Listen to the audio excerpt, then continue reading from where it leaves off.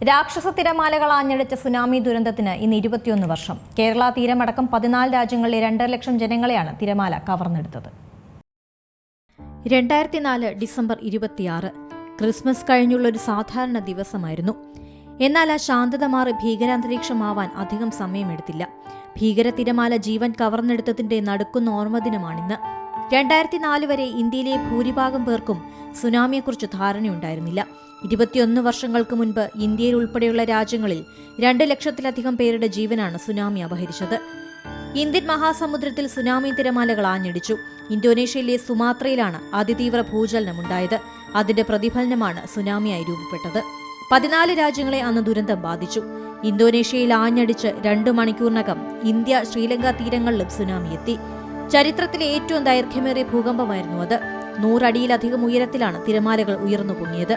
കേരളം, കന്യാകുമാരി, ചെന്നൈ, ആന്ധ്രാപ്രദേശ്, പുതുച്ചേരി, ആൻഡമാൻ നിക്കോബാർ ദ്വീപുകൾ എന്നീ തെക്കൻ തീരങ്ങളിൽ സുനാമി ദുരന്തം വിതച്ചു. 2,27,898 പേർ മരിച്ചതായാണ് കണക്ക്. ഇന്ത്യയിൽ 16,000-ഓളം പേർക്കാണ് ജീവൻ നഷ്ടമായത്.